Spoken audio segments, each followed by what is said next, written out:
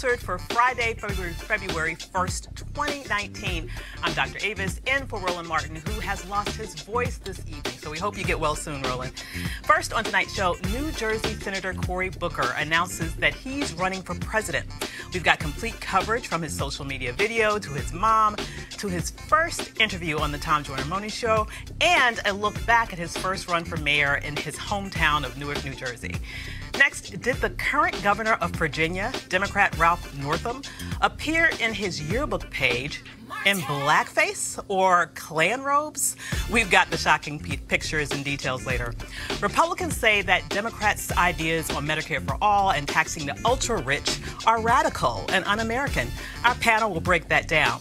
And we told you yesterday that Senate Majority Leader Mitch McConnell thinks making it easier to vote is a terrible idea. Today, the Reverend William Barber is here to tell us why McConnell is wrong, really wrong. Also, the jobs report is out today with over 300,000 new jobs.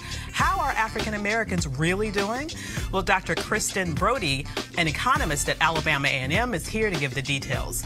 Jussie Smollett releases his first statement on the vicious attack that ended with a rope around his neck. We've got that. And we have a scoop on what song Senator Booker may use in his campaign for president. It's time to bring the funk on Roland Martin Unfiltered. Let's go. He's got it. Whatever the miss, he's on it. Whatever it is, he's got the scoop, the fact, the find.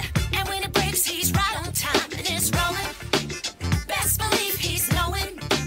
Putting it down from sports to news to politics. With entertainment just for kicks, he's rolling. It's on go, y'all.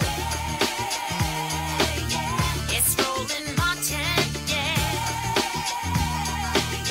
Rolling with Roland now.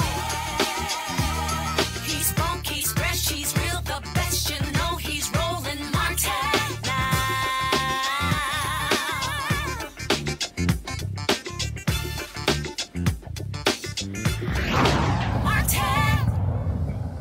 New Jersey Senator Cory Booker announced this morning that he is running for president. He joins California Senator Kamala Harris, New York Senator Kirsten Gillibrand, Massachusetts Senator Elizabeth Warren, who will formally announce this weekend, and that's just the senators. There are four others who will be running as well. And specifically with Senator Booker, he put out some social media sort of information this morning. Let's take a look at the video that he released to the world right now.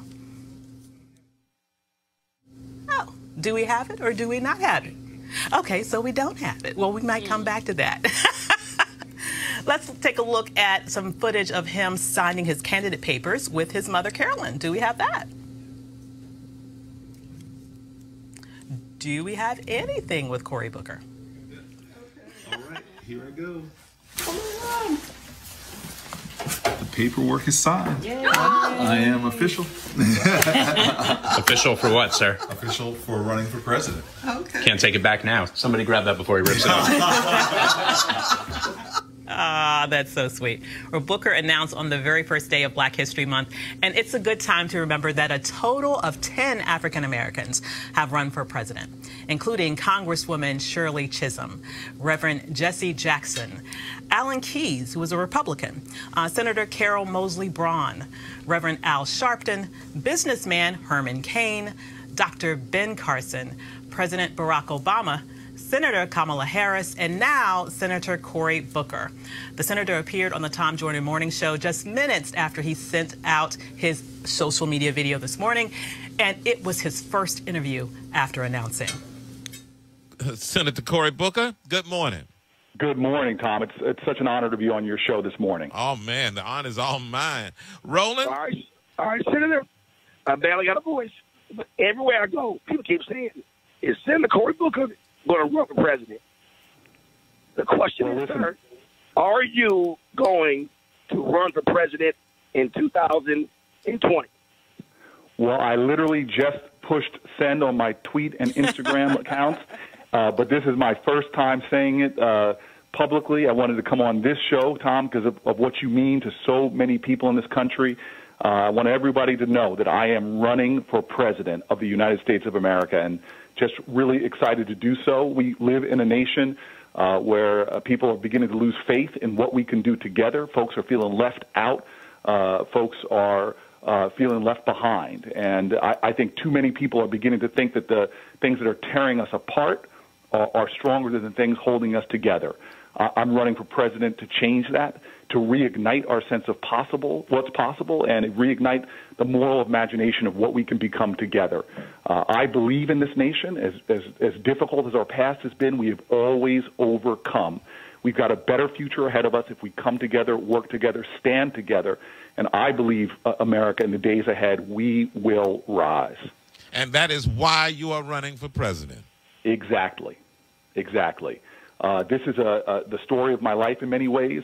From the time I was just coming out of law school, I ran to places where folks said things couldn't be done. From joining with some of the greatest tenant leaders in America here in the inner city of Newark to take on slumlords that people said couldn't be beat, we beat them.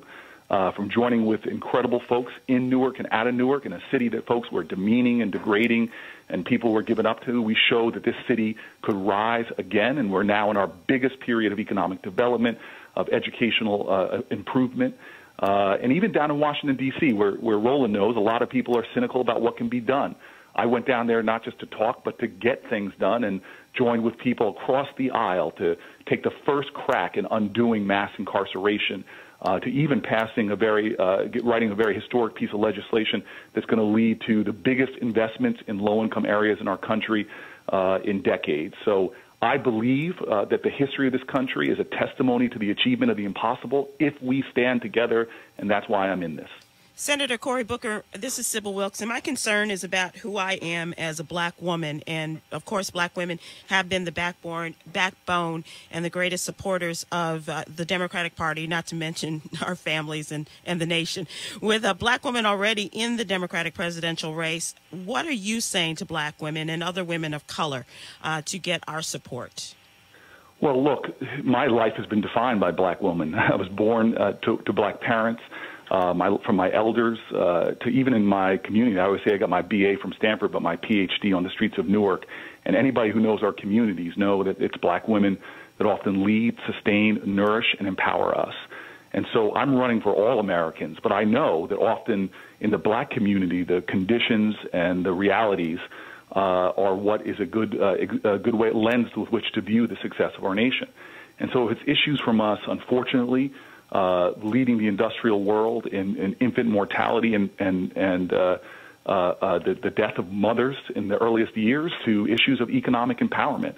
You know, when I go to my corner bodega, I see women who are working a full-time job but still need food stamps to feed their families. So the reason I'm running is to make sure that the issues of the folks who feel left behind, who feel like they're working harder and harder but having more month at the end of their money than money at the end of their month, that's why I'm standing up and fighting. And at the end of the day, I want to be judged not by my race, not by my gender, but by the content of my character, the spirit I want to bring to this nation, and also by the quality of my ideas. Senator, why are 4 more years of Donald Trump bad for America? Look, you know, everybody, I think, that I talk to when I walk my community is hurting right now. And there are even more people that actually are afraid.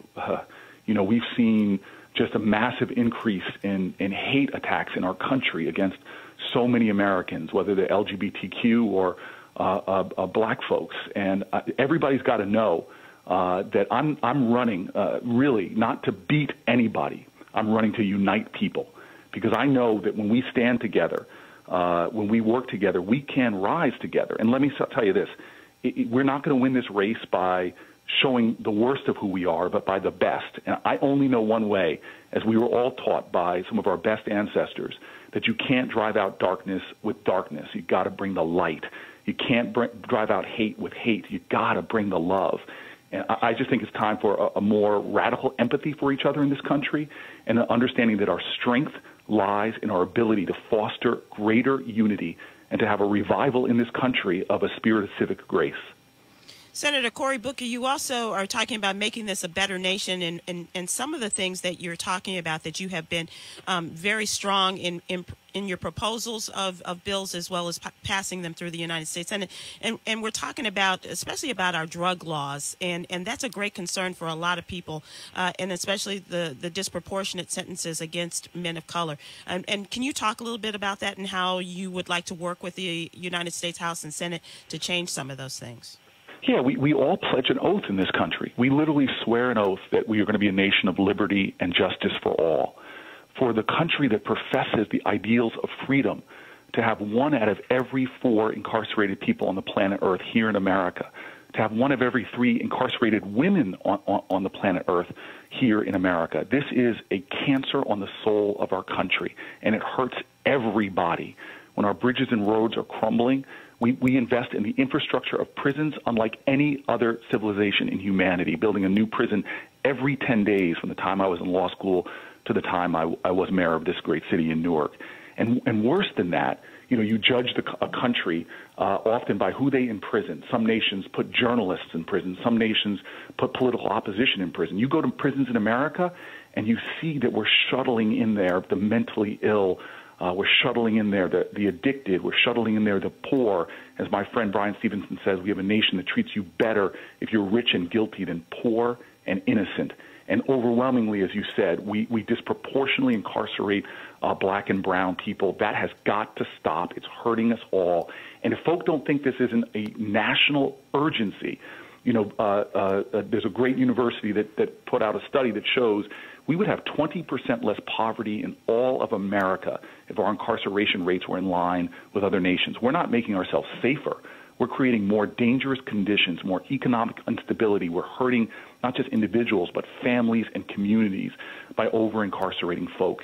And I know from being mayor of Newark that when you put together prison reentry programs, when you take courts that push people out of jail through our drug courts and our veteran courts and our youth courts, that you actually create more safety when you empower lives, when you get people health care and mental health care. And so we have a comeuppance in this country. We could save billions of dollars. We can empower lives. We can change the destinies of a generation yet to come because too many of our children are being shuttled into cages and, God, coffins as well. So I'm committed to this fight. I still remember when I was running for Senate, people were telling me, oh, this isn't a top issue. But I was like, look, I'm not looking for consensus. I'm trying to mold consensus. I don't care if I'm in the richest neighborhoods of New Jersey or the lowest income communities. I'm going to talk about changing our criminal justice system. And that means, doing like Obama did with the 21st Century Policing Group to talk about police accountability with police officers, with community activists, because we can do better there. It means changing our drug laws, ending prohibition against marijuana, which has led, black folks are no different in their usage rates or even the dealing rates, but are almost 4 times more likely to be incarcerated for marijuana. We do not have equal justice under the law. And it means all the way to helping our brothers and sisters when they come home to get jobs. Why do we have a nation that after you've served your sentence, when you come home trying to stand on your feet again, trying to be there for your family, we deny you jobs and business licenses and bank loans and the ability to thrive again? So I believe in redemption. I believe in the goodness of people, and we should show the world what the land of the free can really do in empowering people, not throwing them in holes and cages. And we now have Senator Booker's announcement video ready for you. Let's roll that tape. In America, we have a common pain, but what we're lacking is a sense of common purpose. What's up? Amen.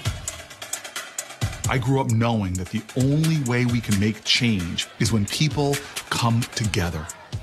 When I was a baby, my parents tried to move us into a neighborhood with great public schools, but realtors wouldn't sell us a home because of the color of our skin.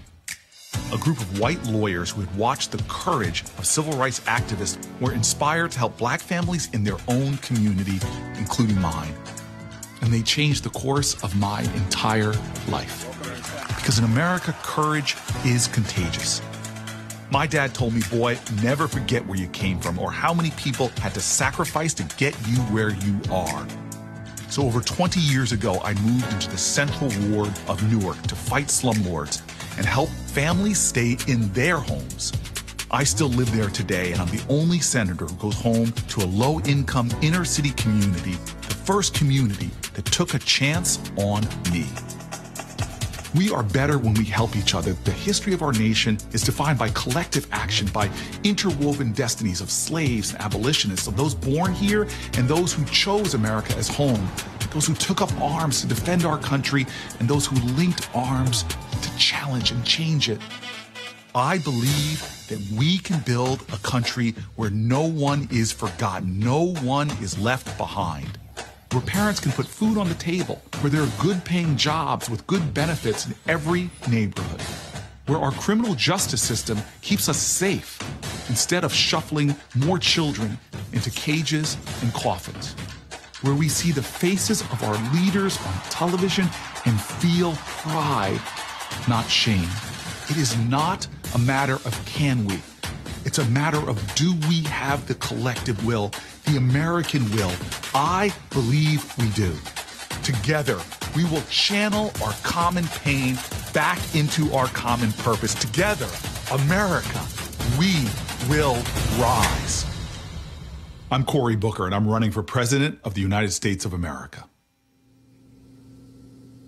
Looks like we got a race. So joining us on tonight's panel to discuss this and other issues are Janice Mathis, Executive Director of the National Council of Negro Women, Dr. Julianne Malveaux, Economist and President Emerita of Bennett College, and Eugene Craig, CEO of Eugene Craig Group. Thanks a lot for coming, you guys. Appreciate it. Good to be here. So what do you? It is a special edition. Things are heating up. So what do you think about Booker's announcement? I think that we're fortunate to have this deep bench of talent. When I look at Warren and Booker and Harris, I think any of them would be better than where we are right now. You got that right. And I think we have to be careful, though, because there are going to be people who oppose health care, who oppose Social Security, who oppose education, who oppose criminal justice reform, who will tell us what's wrong with them. Mm-hmm. And I just hope we have the fortitude to ignore the critics from the peanut gallery who tell us that our talented folk are not talented enough. I'm so glad that you took the high road there. Because I have some other stuff to say, but well, go ahead, you know. No, but in deference to, but you're right. We do have a deep bench of talent. Sure. I am less excited about Cory Booker, frankly, than I am of any of the others. I think that Kamala Harris brings a strong and compelling case.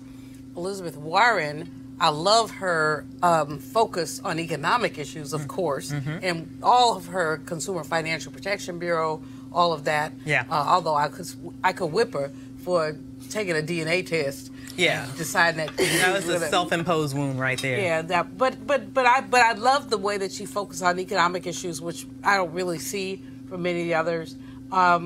You know, but by the time it's over with, we're going to probably be like the Republicans and have 15 of them. Oh, yeah. But Cory Booker does not excite me.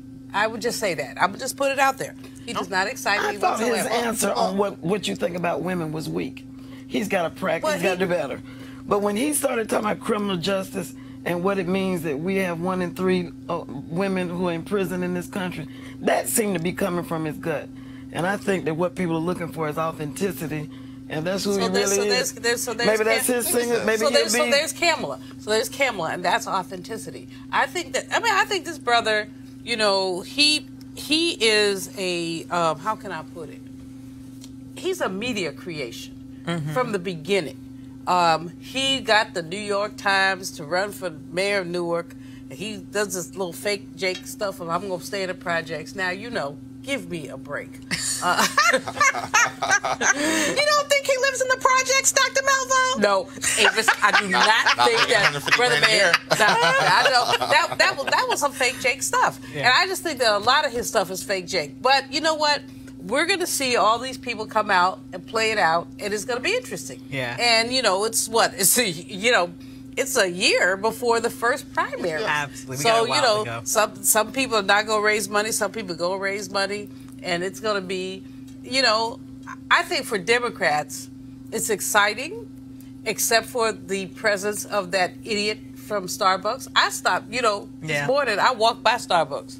I didn't even get my tea. Oh, yeah. Yeah. I was so bad I didn't even get my tea. I walked Yeah. by the Starbucks, went home, and put a tea bag in a cup. Oh. Because that man is cray-cray. Yeah. But, so, Eugene, that's the only brother on the panel. What do you think? I've learned not to interrupt grown folk when they're talking. The thing is this. I think Booker brings a lot of value to this race. There is a space on the Democrat side for a centrist, or at least a perceived centrist. The work that he did, that he's done when it comes to criminal justice reform, you got to look at it. You got to look at the totality of Cory Booker. Right. He's a former mayor. As a mayor, there is opportunity to be a hyper-partisan, but at the end of the day, you do have to bring folk together to get things done. But when he got elevated to the U.S. Senate, he was not one that was afraid to engage the other side. Spartacus? Spartacus? Yeah, well. Come on now. Yeah, I think that was. That's what I'm talking about, fake Jake. I agree with you. I agree with you there. I agree with you there. Spartacus moment. I mean, he happened to slip out without getting the ethics hit for that moment. But the thing is this, right? When it came to criminal justice reform, you have folks on the right, Freedom Works and R Street that wanted to get things done. You have folks on the left that have been wanting to get done for a long time. Right. He was one of the first that said, hey, you know what? I'm going to go to the other side. Let's form an actual coalition. We talk to our own people in our own language and get this thing done. And here we have the first step back. That's something he could run on. Elizabeth Warren, I like Kamala, some of the other senators that are jumping in this race, Gillibrand, they're going to have issues. Senators have issues when they run for higher office defining what was your defining moment as a senator. Bernie Sanders is going to have a major issue. What did you get done in the last 25 years as U.S. Senator? Yeah. Cory Booker has something concrete he can point to where he's led on. Well, let's talk about that and some of his other issues. Absolutely. One more major thing is this. Yeah. One thing I liked about his video is that he brought the idea of populism back to people of color. That it's not just this, Midwest, white guy left out deal. It's a, hey, folk that are living in our cities are hurting. Folk that are they're working 40, 80 hours a week and still have to figure out how to put food on the table. Okay, so sweetie, you drank the Kool-Aid. Listen, I'm Team Harris, President Harris 2021. So I think that color game, common purpose. That's a good alliterative phrase. That's gonna play. Yeah. Well, let's kind of go through some of his issues and let's pull out a few of them. So these are the main ideas that Booker's running on. Criminal justice reform, which is what you just alluded to, maybe his seminal piece so far in the Senate. Legalize marijuana and expunge possessions convictions, I think is a huge thing. I can go with a legalized marijuana. And the other half of that is very important too. All the J lives in the district. We got to expunge those records as well. I think that's very important. Okay, Medicare. This is very critical here in terms of particularly the difference here between what he is saying and what Kamala kind of fell into the weeds with the other day, right? So he is arguing that we need Medicare open to all, but keep private insurance, all right? He's also arguing for housing tax credits for renters so that they get some similar sort of financial benefit from it in the same way that homeowners do. And he's also an advocate for baby bonds, which is an idea that every child that's born in America gets a $1,000 bond that would grow in value to $50,000 over time that would ultimately work towards in some way reducing the racial wealth. It won't reduce the disparity because everybody gets it. It's a universal program, but at least increase maybe some level of wealth among the African American community. And it will increase access for people, but it does not. But again, fake Jake. So it's going to reduce the wealth gap? No, it's not. It's not going to reduce the wealth gap. If you give everybody $50,000, even Howard Schultz children would get it, for example. Exactly. Even billionaires' children would get it. So, again, I think that there's some things that he's put on the table that are innovative. Right. Certainly the credit for renters is something that's really important because part of the wealth gap, actually, and if he had better sense, he would sort of hook that into closing the wealth gap, as in, because 42% of African Americans own homes compared to almost 70% of whites. So if you were able to say that you got a tax credit as a renter, that would reduce some aspect of the wealth gap and make it more accessible for people to purchase housing. Right. So I just don't see that that's something he could spin. It's something that economists, progressive economists would really, like me, would really sort of get into. But he hasn't not really spun that. I just find, I'm thinking back to 2016 and thinking back to his speech at the Democratic Convention. I just found it less than. So you're not in love with them. That's what I'm not, hearing. Not, honey, I didn't even like with it. You're not even in like with them. No. But whereas with Miss Kamala, you know, and she's my Bay Area homegirl, and very excited about what she's doing. And I'm excited, however, more about what's going on. In other words. Okay. One other thing I want to point out before we move on to the next subject. Here we now have 2 black people running for president. We may end up with a third if Eric Holder decides to join in. What does this mean for the black vote in terms of fracturing the black vote moving into South Carolina? Does this sort of sentence all of them to not being victorious in their runs for president? I don't think so. This is from South Carolina. I'll say this. I don't think so. I mean, I am of the mind that Kamala probably runs away with this at South Carolina, California. But I do think that with the race being what it is, you know, probably end up with 20-odd people in this thing. Yeah. That, you know, you can walk out of there with 20, 30% and then keep moving forward. And it's going to a broker convention. I do think part of the discussion that needs to take place over the next year is that with both, you know, 2 of the 3 black U.S. senators running, there needs to be a new bench of black U.S. senators elected to the U.S. Senate. Because the idea is this, you know, they both run for president, you know, whoever wins, they're both probably going to get tapped for secretaryships. Yeah. For appointments. That's true. If they want them. If they want them. Yeah. And they may not, because we do have the precedent of people running for president and staying in the Senate because they have more power there. Absolutely. But Janice is from South Carolina. Well, and across the South, half the Democrats in the South are African American. Right. At least half. So you got 2 black candidates.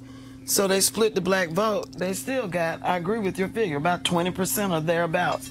So they still going to be the top vote getters, even if they split it, assuming they split it relatively evenly. Yeah, sounds good. And I think that Kamala is far more compelling than Booker is. Of course, my biases are showing. I'm loving that you're loving the AKA, Dr. Malvo. Well, you know, every now and then, you people have some sense. Every now and then, you people, but you got the Delta AKA thing going. I just have to keep reiterating. Kellyanne Conway was saying something today about how she thought it was disrespectful of Booker to run against the women and all that. She can't tell us nothing. No. She need to send her what the guy say? Fall back. Fall back. She needs to step her. So we got to move on, you guys. We got a full show today. So yesterday we told you about H.R. 1. The bill in the House of Representatives would reform campaign finances and government ethics. It also focuses on expanding voting rights, including making Election Day a national holiday. That is not a revolutionary idea. Plenty of countries do that, right? And that would allow voter registration on Election Day as well and online. But the idea of making it easy for people to vote is really troubling for some Republicans. Big surprise there. We showed you Senate Majority Leader Mitch McConnell of Kentucky trashing it on the Senate floor. We're going to show it again, and then we'll talk to the Reverend William Barber on the other side. Their bill would make Election Day a new paid holiday for government workers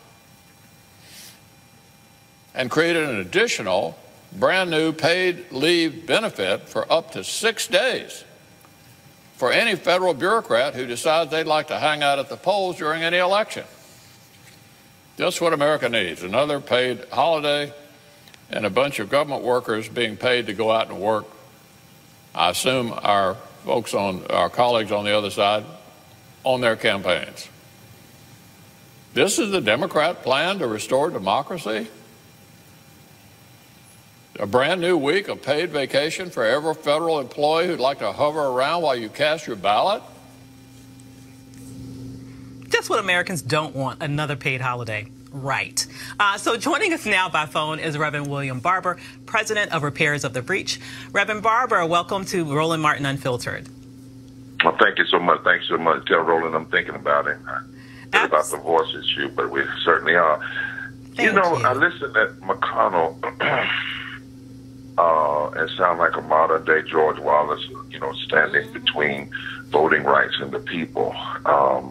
You know, senators and members of the Congress are the last ones to talk about people being on vacation, as many vacations that they take. That's number one. Number two, you know, we have vacations for dead presidents, but we don't want to have an election day to vote for living people who are running for president.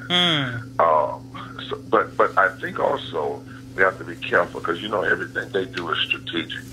So he comes out and he focuses on the national holiday, which is just one piece of it. But he doesn't also talk about this bill is talking about making same-day registration, a fixture or automatic registration at 18, a part of it, or a paper trail, so that you don't just have an electronic trail, electronically, what the vote's going to be, but you actually have a paper trail. They're also talking about nullifying photo ID by simply having signature attestation if you don't have an ID, which is fact what we had in North Carolina before they started messing with things. We had signature attestation. If you lied, you got a 5-year felony. We had no cases at all of so-called voter fraud. So, it's to hear him stand there and joke and laugh. Actually, I don't think he was laughing because it was funny. He laughed because he's scared. The reality is, you're talking about the South. Yeah. If you register 30% of the unregistered black voters in the South and can connect them with poor whites, progressive poor whites, and working class whites and Latinos, you have a whole new political map. That's what we're focusing on in the Poor People's Campaign. If that were to happen, North Carolina, Georgia, Florida, Texas, Virginia, and possibly Alabama, and even maybe Mississippi, new battlegrounds. I mean, they flipped. None of those states are really red states. They're unorganized voter suppression states. And the Republicans know that because they have counted on 13 southern states for the last 50 years to ensure them 171 electoral votes going into any presidential election. That's been their game plan. On the flip side, I'm concerned, though, about Democrats because I haven't read in this bill, and I haven't read it all the way, that them talking about fully restoring the Voting Rights Act. Because without restoring the Voting Rights Act, we don't have pre-clearance. And they've had over 5 years to do that ever since June 25, 2013. Lastly, in this bill, they talk about throwing redistricting to an independent group, but just throwing it independent, taking it out of the hands of state legislatures without putting some clear guidance as it relates to race is not enough, because all of this is based on race. I mean, this is not about blocking Democrats from the poll. Voter suppression is about people of color, period. It affects, white people. In fact, one of the ways it affects white people is people who get elected through voter suppression, suppressing the vote of black people. Once they get elected, they pass policies that mostly negatively hurt white people. Yep. Absolutely. And that's the story and the things we've got to begin to organize and teach around. That's what we're doing, the Poor People's Campaign. We're actually looking now at every district in the country, voting area, where just a 3 or 5% increase in the number of poor people voting and properly politicized could fundamentally change elections all across the board. So I'm glad to see this H1 bill. It is an omnibus bill. And I will say this on your show, my biggest prayer and thing I'm discerning is that Democrats are not doing this because they know that they're never going to get it through the Senate. Yeah. You see what I'm saying? Because the reality is everything that's put in that bill, now Democrats should have done it when they had control of both the House and the Senate. You're exactly right. Absolutely. It's way late, and I come from North Carolina. I think Dr. Malvo is up there. We won same-day registration and early voting, but it took us 25 years fighting Democrats. I hear you. Absolutely. You know what I'm saying? Absolutely. It took Democrats were in control. It took us 25 years. Now, everybody talks about what the Republicans have done now, or the extremists who call themselves Republicans, and how they gutted voting laws after Shelby in North Carolina and all over the country. 26 states have passed voter suppression laws since 2010. Many have done it since 2013. But the reality is we had to fight Democrats for 25 years. And even in this recent election, look, we're doing some analysis now of not what did the voter suppression people do in Georgia and Florida and in Mississippi. But what didn't Democrats do? Yep. Come on, Rev. I'm telling you. Thank you so much for bringing that up. Did they really put the kind of troops in there with Stacey and Gillum early? Did they really support EPSI? You know, Trump put 150 workers on the ground in Mississippi. I don't think the National Party did any of that. And EPSI turned 4 Trump districts in Mississippi without any real help. Yeah.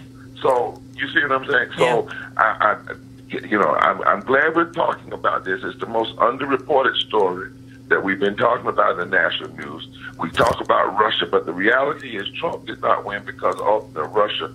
Trump won because of voter suppression targeted at black people. And the ground was prepared long before he was ever a candidate. Absolutely. And we still have a long way to go with rectifying that problem. Thank you so much for joining us today.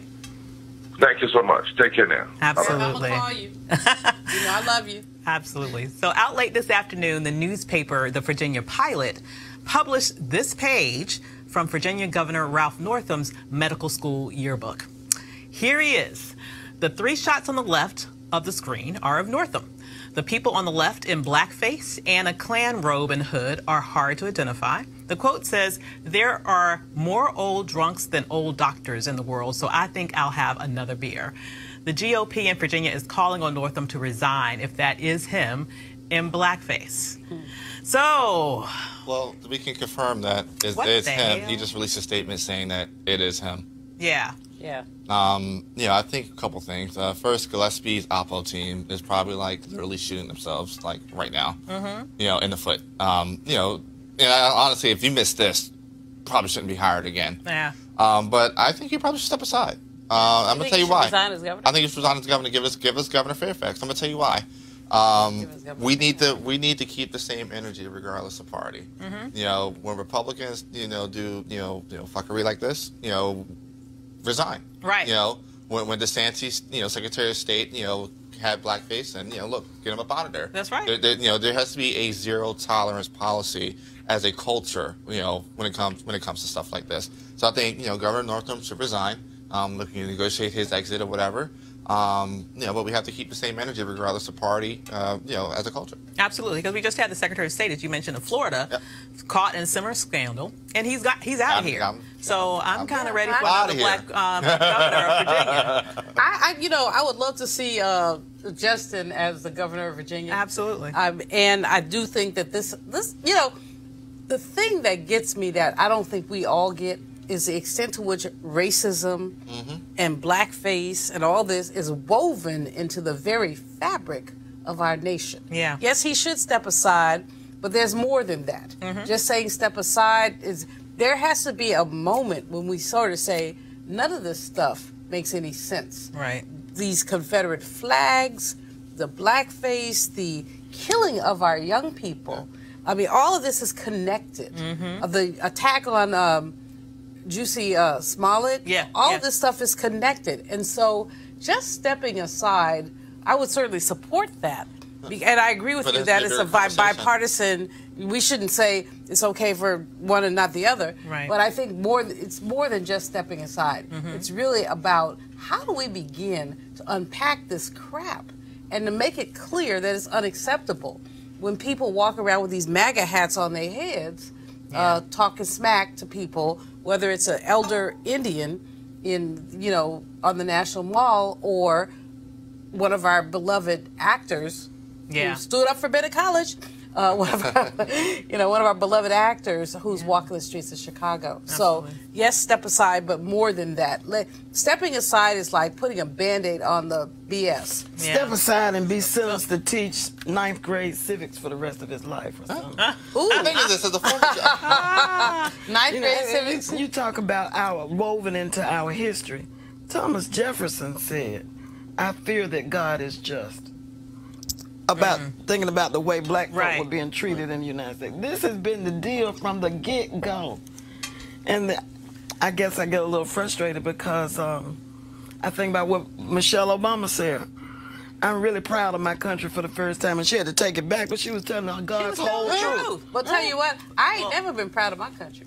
Well, yeah, but the point is, you're also not that is bringing up a history you're also not that we don't want to face. And it is Point part and parcel absolutely. of America. You can't tell America's story without it. Yeah, absolutely. And so part of that story still is this issue of we are continuing to fight for the vote. And so we have a little bit of a clip from Kristen Clark, president of the Lawyers Committee of Civil Rights under Law, who shared this story on social media. So in Texas last week, Friday, the Secretary of State's office revealed a really alarming press release. And it was filled with all kinds of wild allegations. And in particular, they alleged that there were more than 90,000 non-citizens on the registration rolls, and alleged that about 50,000 of them had voted in elections. As voting rights lawyers, we know that when these kinds of claims are made, that they're often false and baseless. They're put out there to cause alarm and lay the groundwork for voter suppression. And we are starting to see that that is the case here. Ken Paxton, the Attorney General, threatened to prosecute any non-citizen that turned out to vote. But in the intervening days, what the state has done is they've given the list out to counties and said, we want you to review your rolls and begin a process that would purge or remove these people from the rolls. And already election officials around the state are pushing back and are saying, you're wrong. These people are citizens. In Texas, non-citizens are eligible to get driver's licenses, and many of them do that. Those licenses are good for 6 years. And indeed, many of these people are people who became citizens over that time period. It was reckless and irresponsible for Texas to put out these numbers. They were retweeted by Trump over the weekend. And this is the ugly voter suppression that we're up against in this era in 2019. Officials who would irresponsibly put out false claims of vote fraud because they want to chill the vote. They want to push more restrictions that would make it harder for people to vote. It's important that we fight back against these efforts. And another reminder about why we need Congress to restore the Voting Rights Act now, because since the Supreme Court cut out the heart of the Voting Rights Act in a brutal 2013 decision, we have seen officials in Texas and in other parts of the country racing forward with these ugly tactics time and time again that are all about locking people of color out of the ballot box. Sound familiar, you guys? Any quick reactions before we go to break? I remember seeing this come across over the last week or so, and I just thought it was absurd. The only voting rights, the only voting fraud that's been prosecuted has been prosecuted by Republican voters. People that have been registered Republican that actually voted for the Attorney General. Eugene, go away. Let's go away. What bothers me here is the extent to which ordinary voters have been tagged as illegal for any number of reasons. Right. And here in Texas, but in Texas, where, clearly you have a black-brown issue going on, you're really looking at some challenges. I think that that's why this H.R. 1 is so extremely important, and why Kristen's comments are just right on time. We need to restore the Voting Rights Act. It's not time to throw it away. We see basically shenanigans happening, and the shenanigans are about voter suppression. Absolutely. And I think, though, H.R. 1 still needs to be augmented to include more about the Voting Rights Act. Well, I think I may have a scoop for you, Avis. All right. There's going to be an H.R. 4 aimed squarely at restoring Section 4 of the Voting Rights Act. Excellent. And a dear friend of ours, Congresswoman Marsha Fudge, has been appointed chair of the elections. Just for the record. But she's not running for president. She don't need to run for president. She makes a difference wherever she is. I love her. She's been appointed chair of the Elections Subcommittee of House Administration, and she's convened a group of folk to give her advice and counsel. And there are going to be hearings in 10 cities around the country on why we need to restore the Voting Rights Act. So get your Get your stories together. That's what they're gathering evidence so that when they get to the Supreme Court, they'll have a story to tell about why we need Section 4 now. Yes. Excellent. HR 4, look out for it. HR 4. Okay. We got our marching orders. We need to support that. We'll be back in a minute. You want to check out Roland Martin Unfiltered? YouTube.com/Roland S. Martin. And subscribe to our YouTube channel. There's only one daily digital show out here that keeps it black and keep it real. It's Roland Martin Unfiltered. See that name right there? Roland Martin Unfiltered. Like, share, and subscribe to our YouTube channel. That's youtube.com/Roland S. Martin. And don't forget to turn on your notifications so when we go live, you'll know it. You want to support Roland Martin Unfiltered? Be sure to join our Bring the Funk fan club. Every dollar that you give to us supports our daily digital show. There's only one daily digital show out here that keeps it black and keep it real. It's Roland Martin Unfiltered. Support the Roland Martin Unfiltered daily digital show by going to RolandMartinUnfiltered.com. Our goal is to get 20,000 of our fans contributing $50 each for the whole year. You can make this possible. RolandMartinUnfiltered.com. So hi, I'm Dr. Avis, back for Roland Martin, who has lost his voice. So we're hoping that he's at home chilling and getting well. Next, we want to talk about the jobs report, which came out today.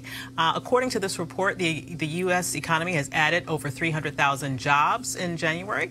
Unemployment rose overall from 3.9% to 4%. But breaking it down for whites and blacks, this is what we see. The white-only January unemployment rate was 3.3%, which was unchanged from December. The black-only unemployment rate was 6.8%, more than double that of whites, up from December's 6.6%. And here to help us understand the report a little bit more deeply is Dr. Kristen Brody, an economist at Alabama A&M University. Welcome, Dr. Brody. Good evening, Dr. Avis. How are you? I'm doing great. So good to have you on the show. So great to see you. So could you? It's good to be here. Wonderful. So could you break down these numbers for us, not just in terms of this month and last month, but what have been the trends recently in terms of black unemployment under this administration? Well, the unemployment rate did go up a bit. We saw that total non-farm payroll employment increased by 304,000, where it was thought that it was going to only increase by 165,000. And as you said, the black unemployment rate is higher, but those numbers can be broken down even further when we look at those numbers by age and race. So for whites, it was 3.5% versus 6.8% for African Americans. But when you look at men, white men is 3.3% versus black men 7.1%. So that number is much higher. Absolutely. For white women, 3.2% versus 5.5% for African American. But the real discrepancy comes with both sexes between the ages of 16 to 19. So for whites, that number was 11.6 versus 20.6 for African American. So there are some real differences when you break down those demographics. Absolutely. And just one other thing to follow up with that. So I'm looking at these numbers just from the last couple of months. You mentioned, for example, that black men unemployment is at 7.1% now. If you go back to November, it was at 5.8%. That's a pretty significant jump for just 2 months, isn't it? It is. It definitely is. And part of that, if you look at December, was the government shutdown, that a lot of the people that were furloughed claimed temporary unemployment. So that's part of it. But it also goes to differences in education that we've seen since 2000, differences in incarceration rate, education levels, and just pure discrimination and bias. Gotcha. Those things definitely make a difference. So economist to economist, Dr. Malveaux has a question for you. So have you looked at the MPOPs? How are you? It's good to see you. Good to see you. The employment population ratios are what concern me more than the actual unemployment rates. The fact that there's a gap, especially among men, between the percentage of the population that's employed, the MPOP. So having looked at that, what can you say about that, and why should we be concerned about that as well? Well, I think that when you just look at the unemployment numbers and whether they've gone up or down, it doesn't consider how many people have entered or left the workforce. Furthermore, how many people are temporarily employed, and also those who have left the workforce or are counted as discouraged workers. And in fact, the number of people who are employed part-time due to economic reasons has increased. And so a lot of African Americans are going to fall into that. But those numbers aren't counted in the pure unemployment rate. Well, we end up with this gap, especially among men, that concerns me. For white men, you have an impop of something that's almost 70%. But for black men, as an example, you have an impop that is 62, 63, 64. Women, it's about the same. So the percentage of people who are unemployed is concerning, especially because they're not absorbed in the unemployment rate. Could you go into a little bit more depth about IMPOP so that the audience understands what you're referring to? It's the employment population ratio. So it's the percentage of the population that is employed. And so that to me is a better number to gauge engagement in the labor market than the unemployment rate. That's true. Because the unemployment rate does not include people who have stopped looking for work, correct? And the employment population ratio really says what percentage of the population is engaged in the labor market. And it's a really important number. And I know, my sister, because you are a labor economist also, that you've looked at some of this. You picked up the 16 to 19, which is really important. But I'm equally concerned with the prime-aged gap in the employment population ratio. Agree. I agree with you. That is definitely an issue. And I guess, again, when you look at the trends, increases in education have helped, but African Americans are still further behind whites in terms of educational attainment at the bachelor's level. We still deal with discrimination. We still deal with segregation. And furthermore, African Americans and Latinos are more likely to lose their jobs when bad things start happening. So all of those things contribute to those gaps. Absolutely. Well, thank you so much, Dr. Brody. It's been great having you on the show. Thank you for having me. Wonderful. Well, we have an update for you today in the Jussie Smollett case. Smollett is finally speaking out about the incident that took place on Tuesday when he was attacked by two men who made racial and homophobic slurs. He released a statement today to Essence saying he is completely cooperating with police. The statement reads, "Let me start by saying that I'm okay. My body is strong, but my soul is stronger. More importantly, I want to say thank you. The outpouring of love and support from my village has meant more than I will ever be able to truly put into words. I am working with authorities and have been 100% factual and consistent on every level. Despite my frustrations and deep concern with certain inaccuracies and misrepresentations that have been spread, I still believe that justice will be served.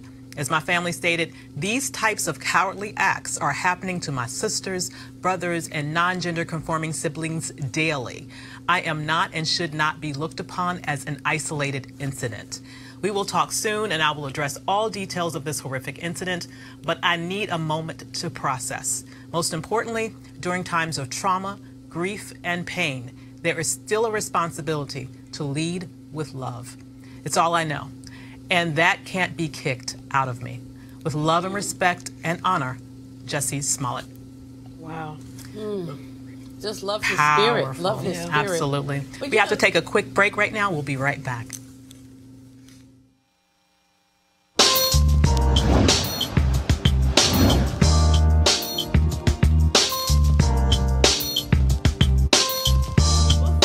Cookman is located in Daytona Beach, Florida. It was founded in 1904, so this is HBCU Giving Day.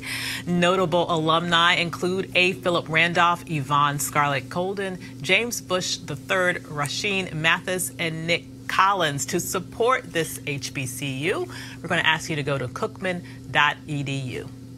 We've been telling you also that Bennett College needed to raise $5 million by today. Well, the good news is they did it, fueled by a last-minute gift of $1 million from nearby High Point University. Wasn't that sweet? That's kind of cool. Here's the president of High Point announcing the gift.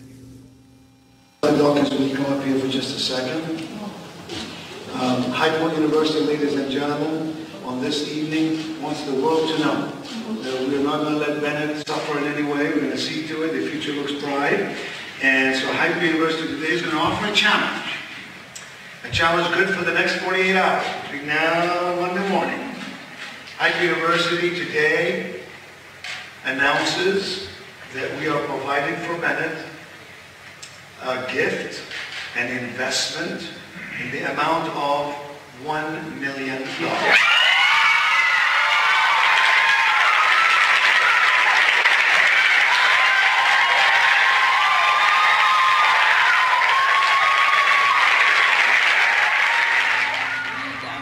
That is so wonderful.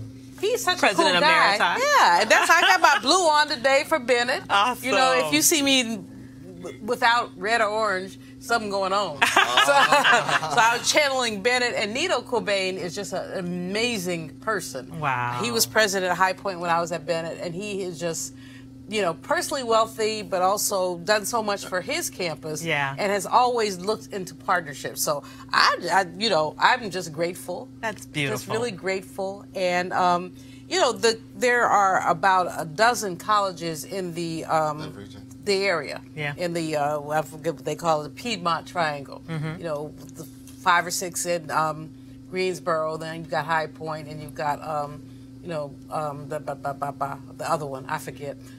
A&T? No. Emma. Well, I didn't forget.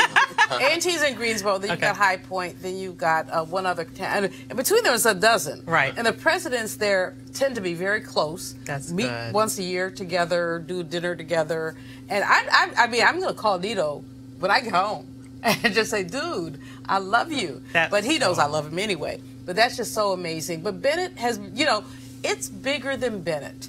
Bennett had the challenge of raising $5 million to go to Saks and say that we had the money. But that's a short-term issue. Yeah. The long-term issue is that none of our small HBCUs have the endowments that we need to have. Right. And that black people, you know, we have $1.3 trillion in the black community. Bennett needed $5 million. How come this couldn't have come from us? Yeah. How come we can't talk about embracing our institutions? Well, let me say that NCNW did do an appeal. Yes, you did.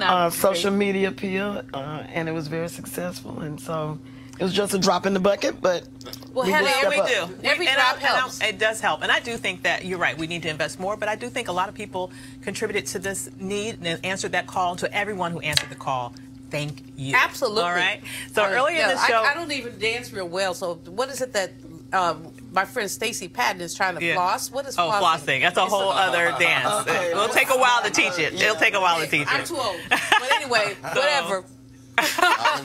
Early in the show, we heard the interview with Senator Cory Booker on the Tom Joyner Morning Show. Well, that was not all of it. Sybil Wilkes had this one last question. On a lighter note, Senator Cory Booker, you just mentioned President Obama. He had a pretty nice playlist. Do you have a theme song picked out for yourself already? Something off of your iPod, as it were? I want to tell you, I'm the hip-hop generation, and I give a lot of deference to that. But this last week, leading up to this day, all I've been listening to is gospel. Oh, okay. I know. The power of prayer is great, isn't it? Amen. Amen. Hallelujah. And what's the gospel song you're listening to most? You know what? Kurt Franklin has this great song called Stand. And we all know that through the storms and through the dark of night, we stand strong, we stand together, we will rise. Well, DJ Request is going to play it for you. And there's talk of Hillary running. You might want to get Ludacris on your list. Move, get out the way.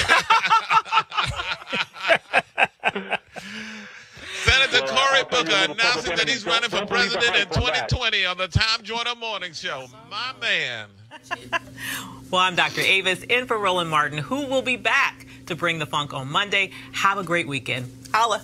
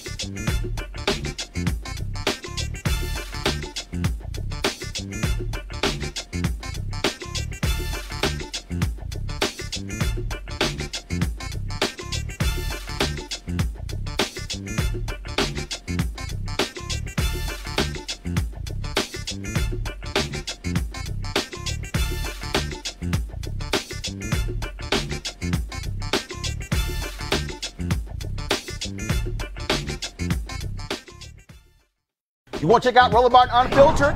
YouTube.com/Roland S. Martin. And subscribe to our YouTube channel. There's only one daily digital show out here that keeps it black and keep it real. It's Roland Martin Unfiltered. See that name right there? Roland Martin Unfiltered. Like, share, and subscribe to our YouTube channel. That's YouTube.com/Roland S. Martin. And don't forget to turn on your notifications so when we go live, you'll know it. Hey fam, want to check out Roland Martin Unfiltered, the blackest show on all of digital, cable, and broadcast. Check out our audio podcast.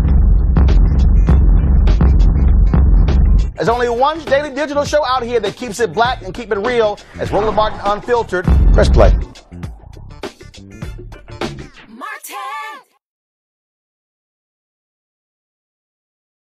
You want to support Roland Martin Unfiltered? Be sure to join our Bring the Funk fan club. Every dollar that you give to us supports our daily digital show. There's only one daily digital show out here that keeps it black and keep it real. It's Roland Martin Unfiltered. Support the Roland Martin Unfiltered daily digital show by going to RolandMartinUnfiltered.com. Our goal is to get 20,000 of our fans contributing $50 each for the whole year. You can make this possible. RolandMartinUnfiltered.com.